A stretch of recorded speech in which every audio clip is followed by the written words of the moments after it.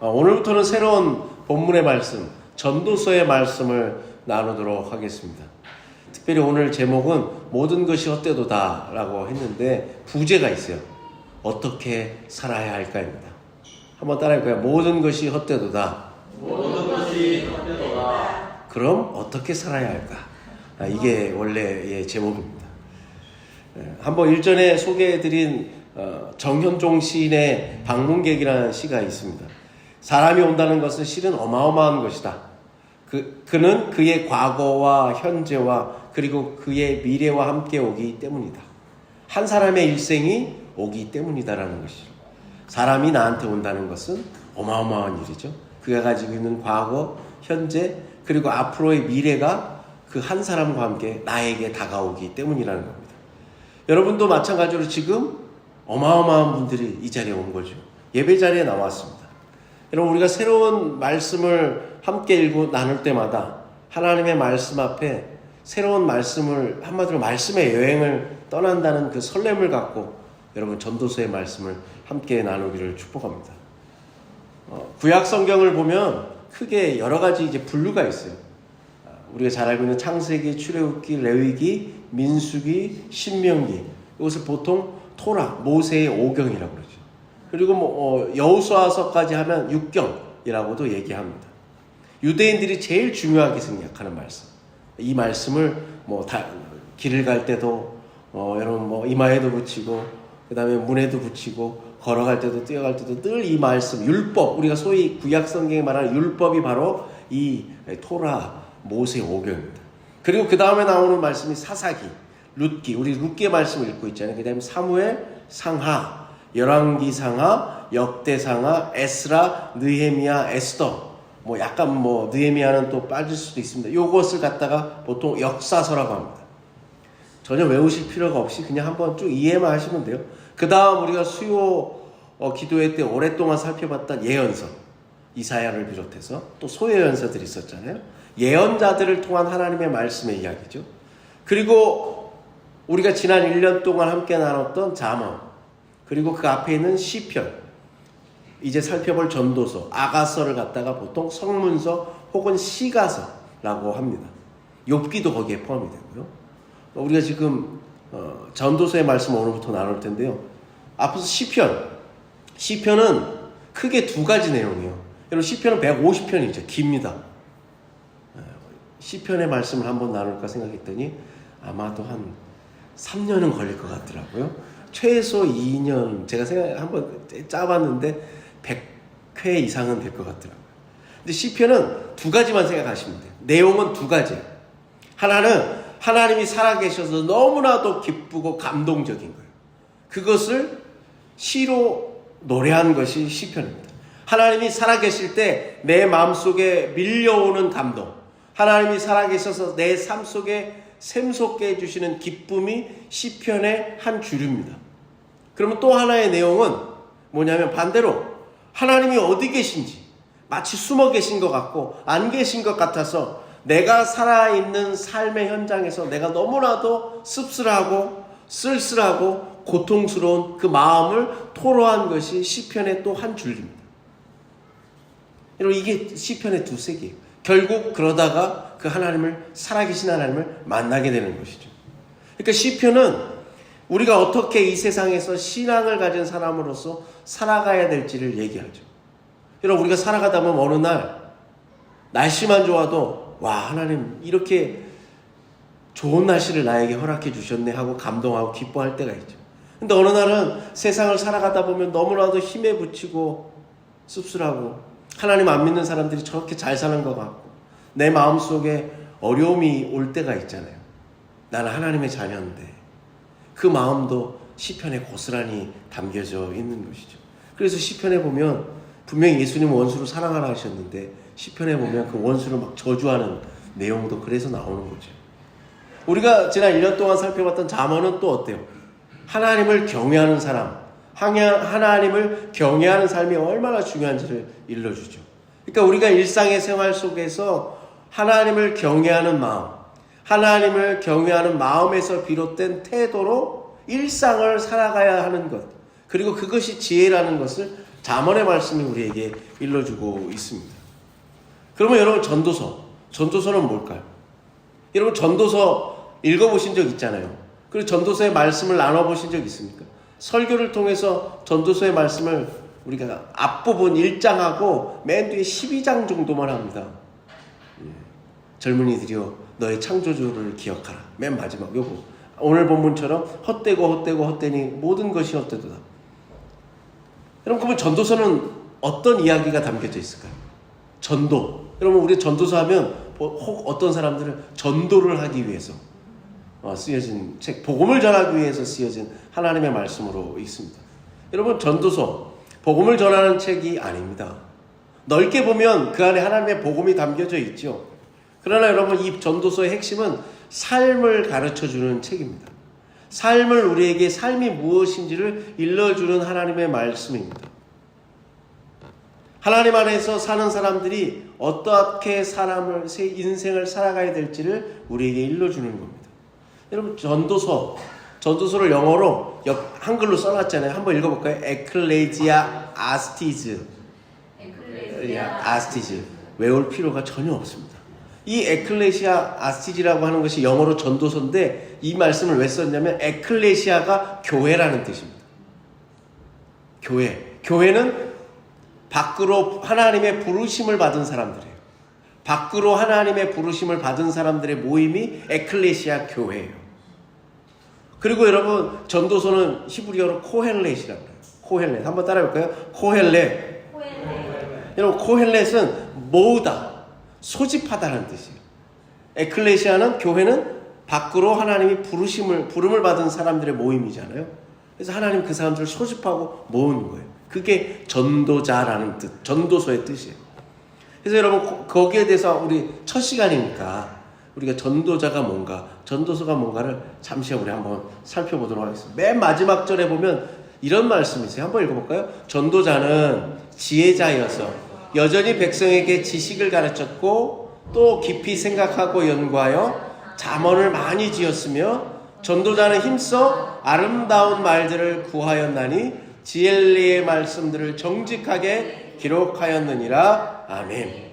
전도자가 무슨 일을 하는지 전도서 12장 맨 마지막에 기록하고 있어요. 전도자는 지혜 사람인데 백성을 가르치기 위해서 지식을 깊이 생각하고 연구하는 사람이에요.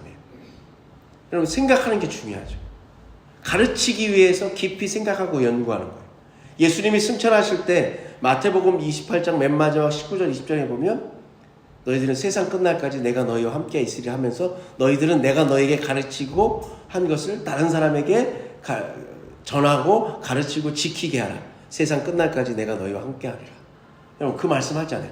가르치기 위해서, 그들을 제자 삼기 위해서 내가 먼저 뭘 해야 돼요? 깊이 생각하고 연구해야 돼요. 그게 전도자예요.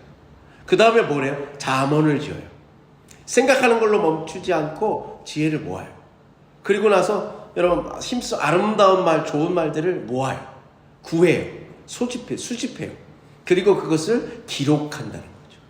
여러분 이게 전도자의 말이에요. 이걸 약간 바꿔 얘기하면 우리가 소위 어떤 주제에 대해서 공부하는 자세하고 똑같아요.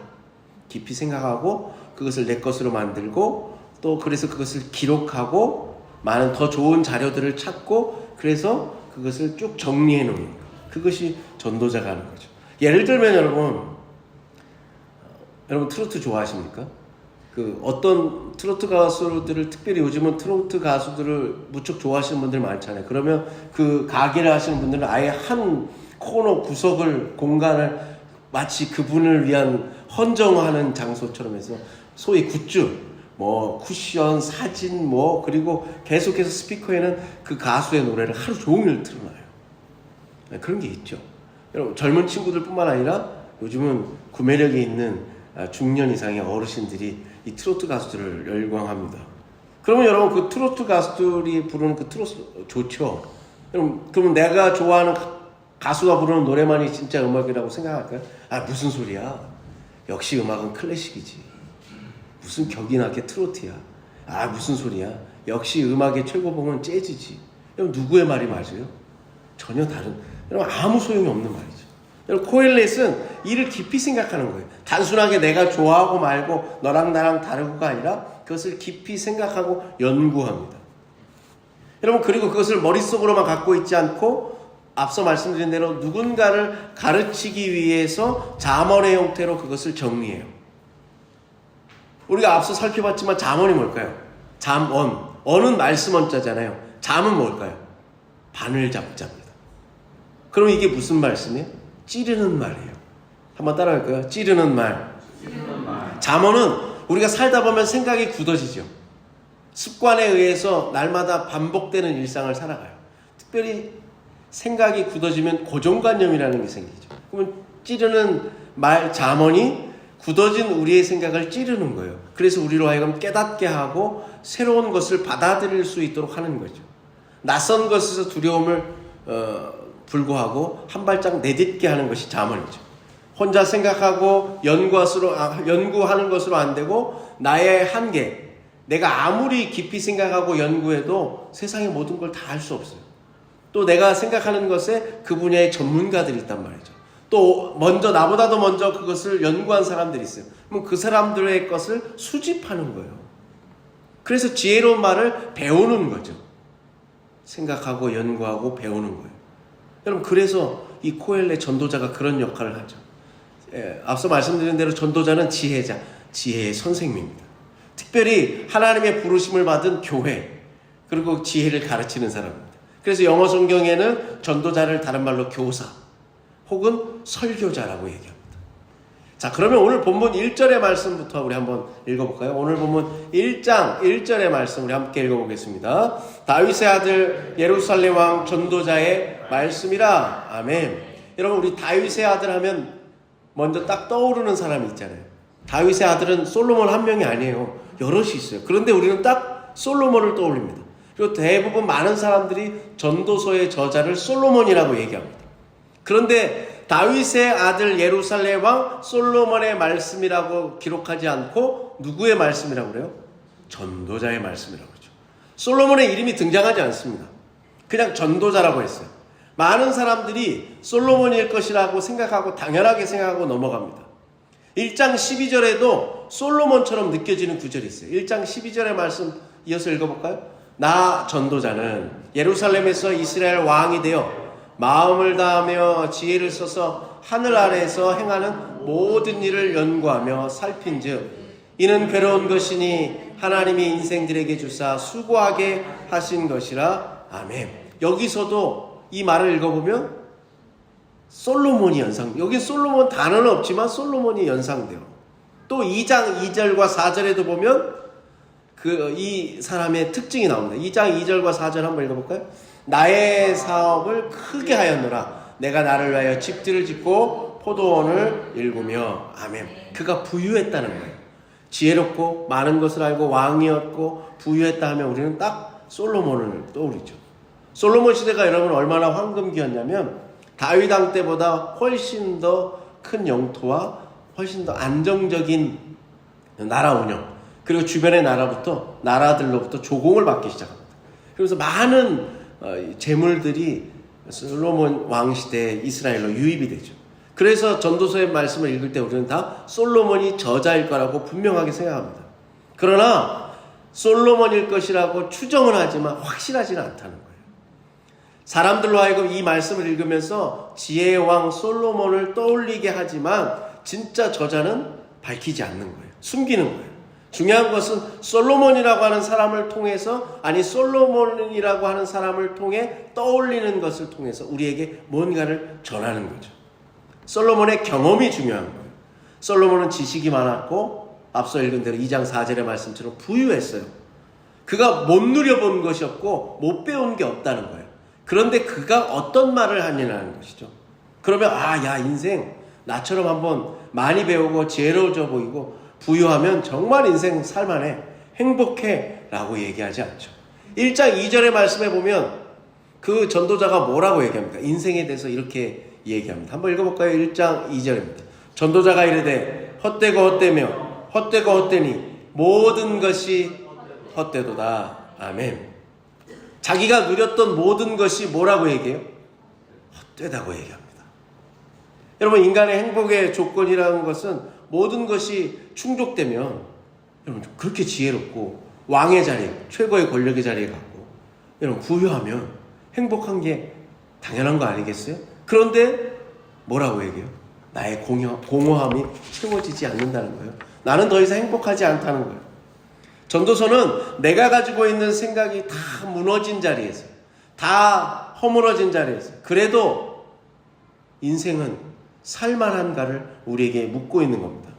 여러분, 이게 굉장히 중요한 거예요.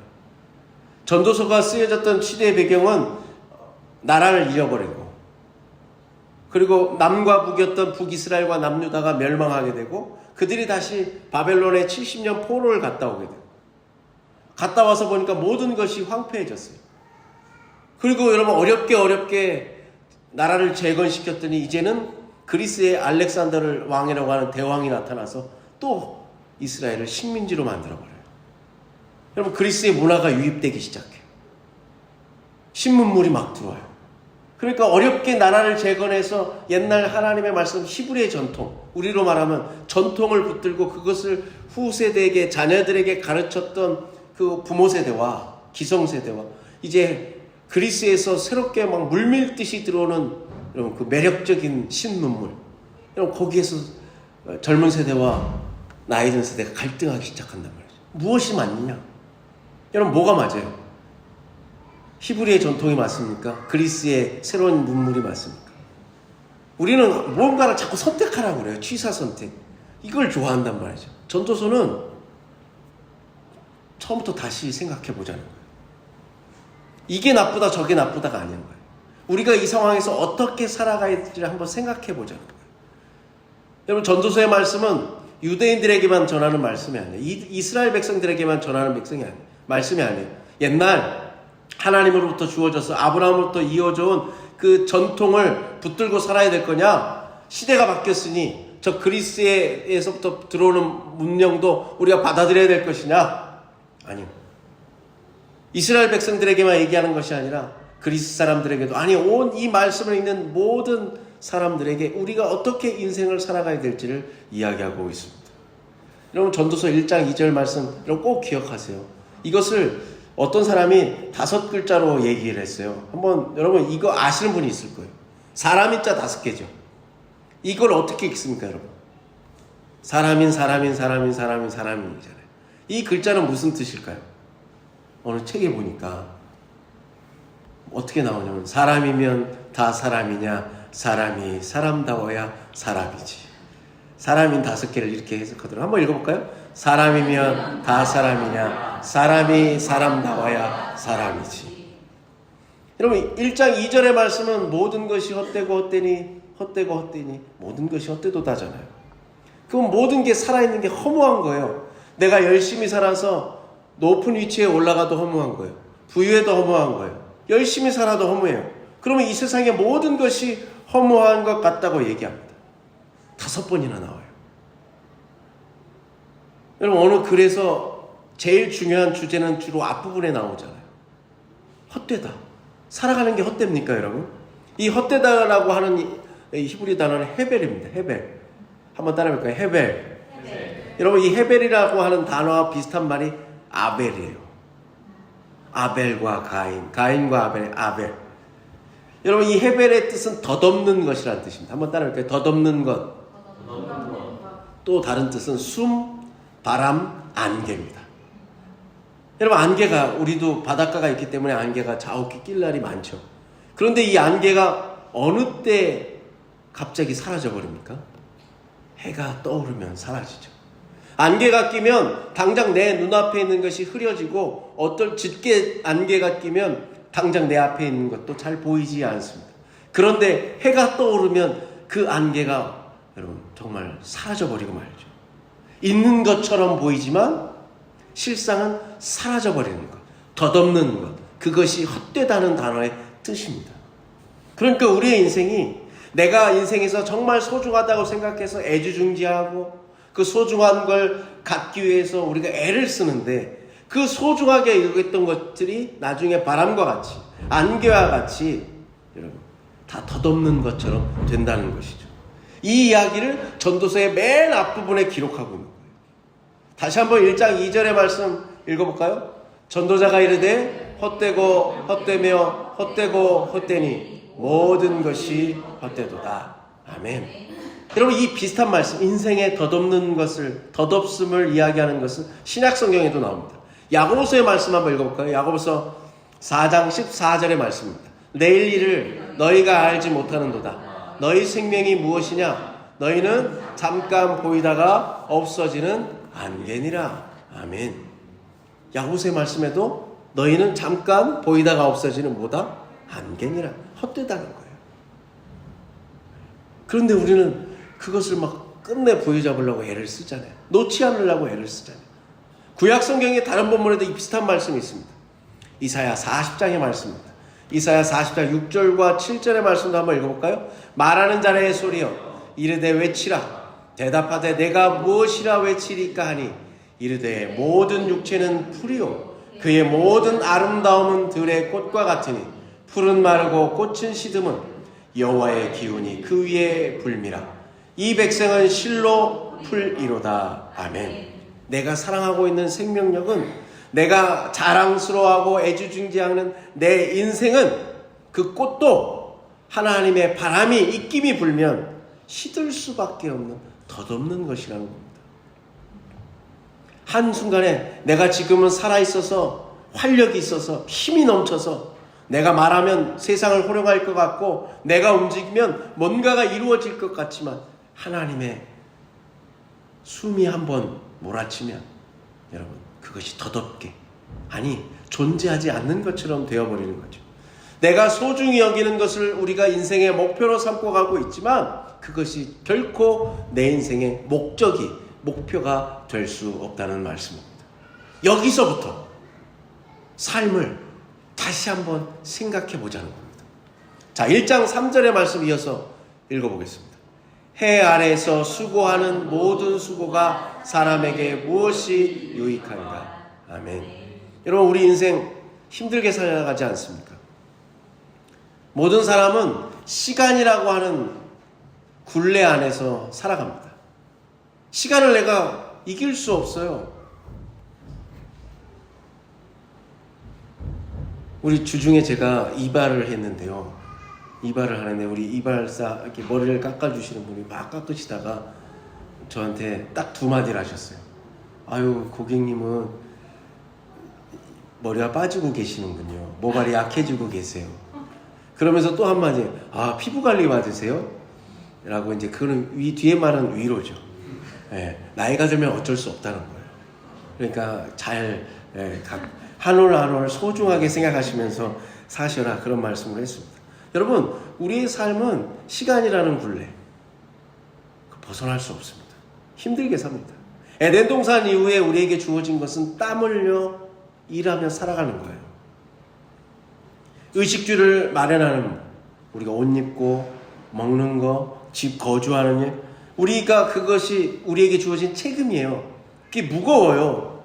그래서 사람들은 행복하기 위해서, 의식주를 해결하기 위해서, 그리고 의식주를 넘는 더 큰 행복을 위해서 애를 쓰는 거예요.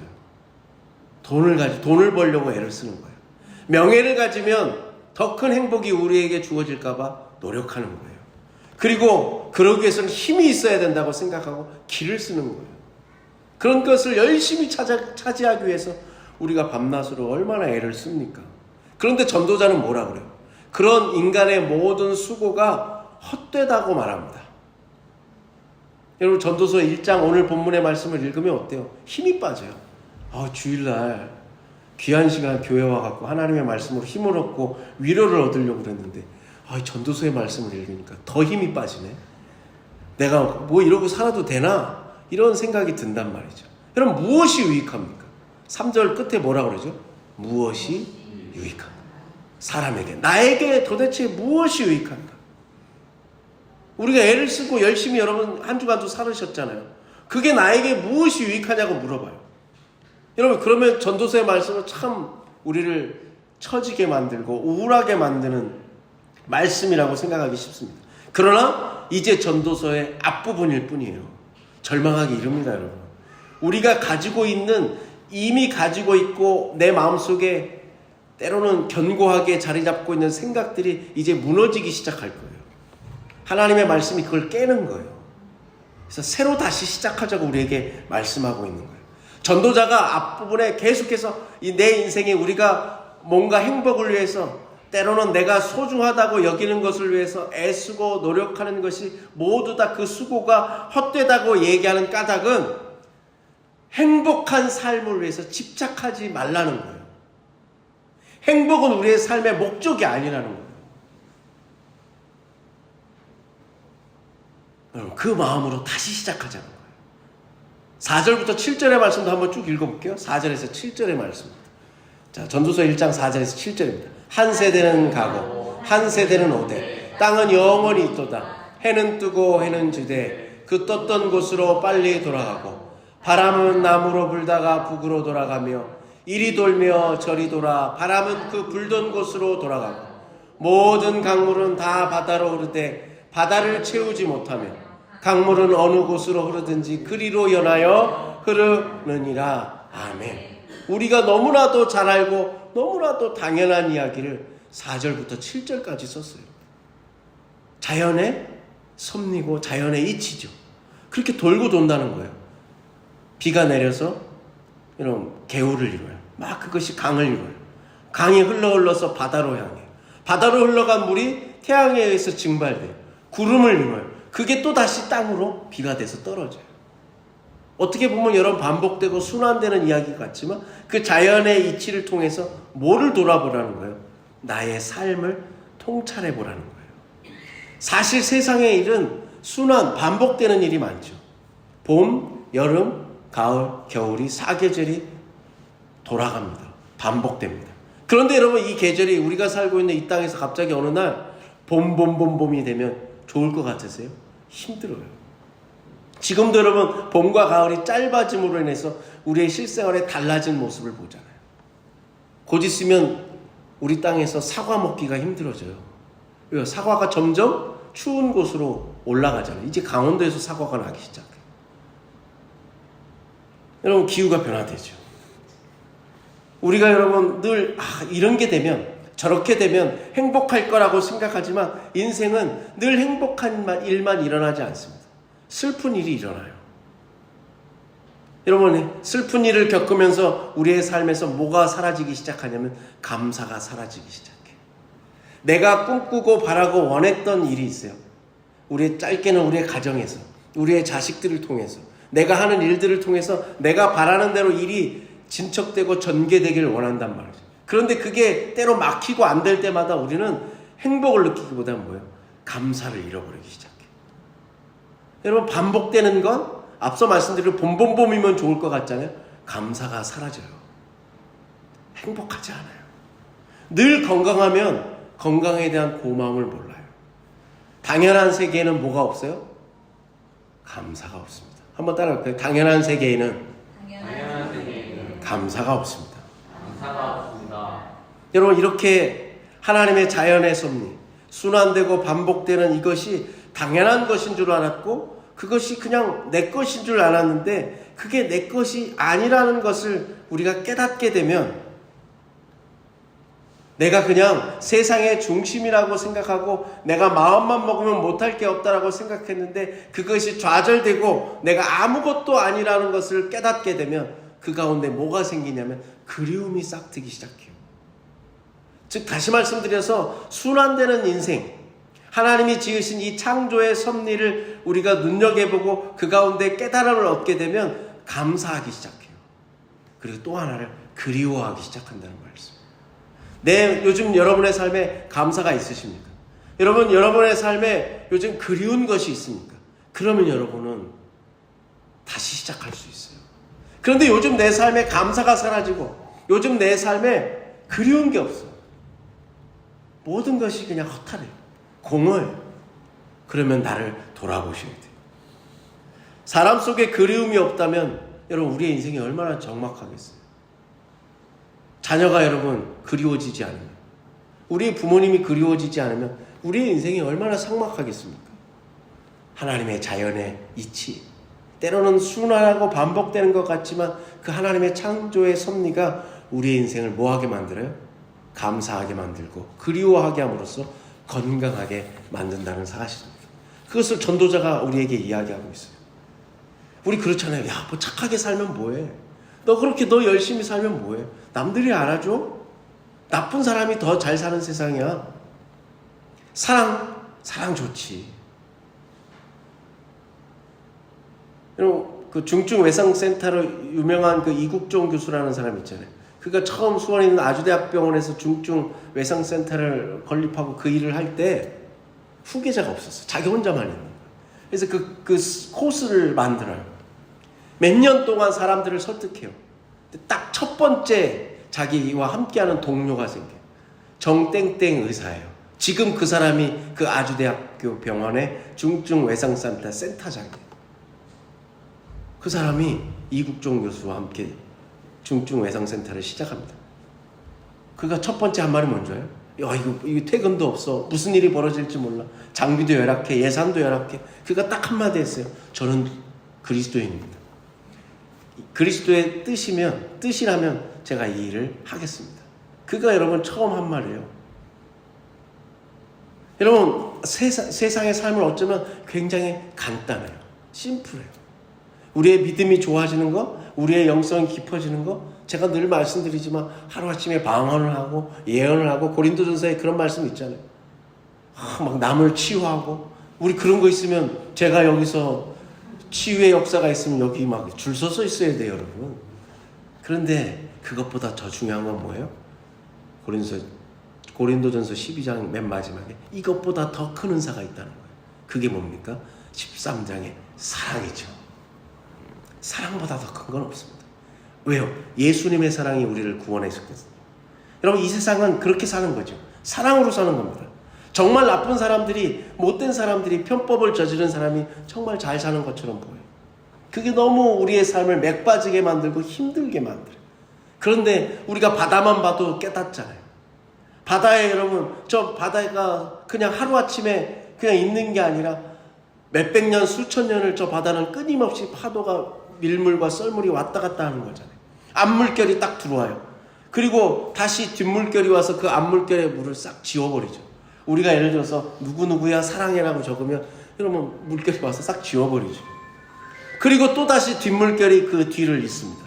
언제나 그 파도와 밀물과 썰물 때문에 바다는 썩지 않는 거예요. 다시 채워지는 거예요. 파도가 여러분 쳐와서 야 여기 내 자리 여기 오지마 뒤에 파도가 못 오게 막아버리면 그게 말이 됩니까 여러분? 그냥 한번 밀고 들어온 그 파도는 슬그머니 다시 뒤로 가는 거예요. 그러면 또 다른 파도가 와서 그 자리를 메꾸는 거죠. 밀려오는 파도와 돌아오는 파도가 그 리듬을 따라서 바다를 푸르고 싱싱하게 만드는 거죠.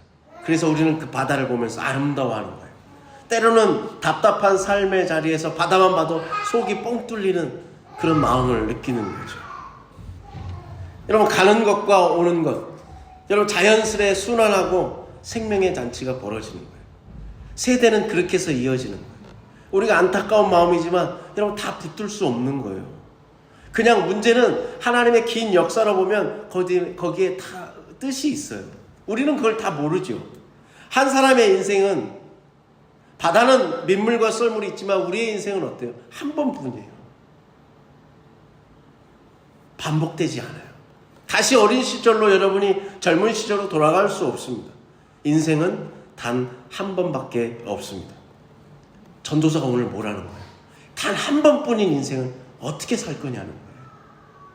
우리가 그동안 그렇게 애쓰면서 이것이 행복이다, 이것이 내 삶의 목표다, 돈이 최고다, 아니 명예를 가져야 된다, 아니다 힘이 있으면 다 따라온다, 가족이 중요하다, 우리 혈연, 지연, 학연 얼마나 많은 게 있었어요. 내가 소중하고 중요하다고 생각하는 것을 우리가 이 세상을 살아가면서 얼마나 많이 습득하고 배우고 익혔어요. 거기에 그리고 우리가 매여 살잖아요. 심지어 시간이라고 하는 째깍째깍 그 초침도 우리가 내 힘으로 어찌할 수 없잖아요. 전도서가 묻는 거예요. 그러면 어떻게 살 거냐는 거예요. 어떻게 사는 게 단 한 번뿐인 인생을 아름답게 살아가는 거냐고 우리에게 물어보는 거예요. 다시 말씀드려요. 행복이 우리의 삶의 목표가 아니라는 거예요. 행복은 그냥 주어지는 거예요. 어떻게 하면? 작은 것에서부터 감사하기 시작하면. 하나님이 지으신 이 창조, 하나님이 살아계시다는 것을 기억하기만 하면, 작은 것에 감사하기 시작하면 행복은 따라오는 거죠. 여러분, 오늘 전도서의 말씀을 첫 번째 시작하면서 우리가 뭘 배우는 거예요? 하나님의 창조의 섭리. 여러분, 하나님의 창조의 섭리 우리 다 몰라요. 여러 번 말씀드리지만 하나님의 창조의 섭리는, 하나님의 은혜는 세상의 암호처럼 여기저기 숨겨져 있단 말이죠. 그런데 그 창조의 섭리에 맞춰서, 그 리듬에 맞춰서 우리가 살아가려고 결단하고 맡기면 우리의 삶이 그것보다 아름다울 수가 없다는 거예요. 그것만큼 행복할 수 없다는 거예요. 그러니까 내 방식대로 행복하려고, 아름답게 살려고 하는 것을 잠시 멈추자는 거예요. 그리스의 새로운 문명이 더 매력적으로 젊은 세대들에게 느껴졌다니까요. 그게 다가 아니라는 거예요. 오랫동안 아브라함으로부터 이어왔던 그 전통이 귀한 거예요. 귀하지만 그게 다가 아니라는 거예요. 파도 타는 서퍼들 있잖아요. 파도 타는 사람들 있잖아요. 그 파도 타는 사람들을 그 다큐멘터리 한번 본 적이 있는데, 초보들은 어떻게 돼요? 막 가갖고 기껏 적고 가서 딱 일어서면 어떻게 돼요? 바로 넘어지죠. 그리고 좀 일어섰다 싶으면 밀려오는 파도에 또 넘어져요. 왜 그래요? 거기 다큐멘터리에 보니까 딱 이런 말이 있더라고요. 파도에 맞서기 때문에 초보 서퍼들은 넘어진다는 거예요. 빠진다는 거예요. 그런데 정말 파도 타기를 잘 타는 사람들은 어떻게 하냐면 파도에 맞서지 않아요. 밀려오는 파도에 자기는 어때요? 맞춰가죠. 파도를 말 그대로 타는 거죠. 오늘 우리의 인생 가운데 여러분, 하나님의 놀라운 섭리, 때로는 은혜일 수도 있어요. 거기에 우리는 뭐 하면 되는 거예요? 그 맞서는 게 아니라 하나님의 은혜의 섭리에 타면 되죠. 내 인생을 그렇게 살아갈 수는 없을까? 그것이 오늘 전도서를 시작하는 우리에게 주시는 하나님의 큰 질문이라고 저는 생각합니다. 여러분, 전도서의 말씀을 이제 한 주 한 주씩 우리가 나눌 텐데요. 여러분의 인생을 아름답게 살아가는 귀한 생명의 말씀으로 삼으시기를 간절히 축복합니다. 우리 기도하겠습니다.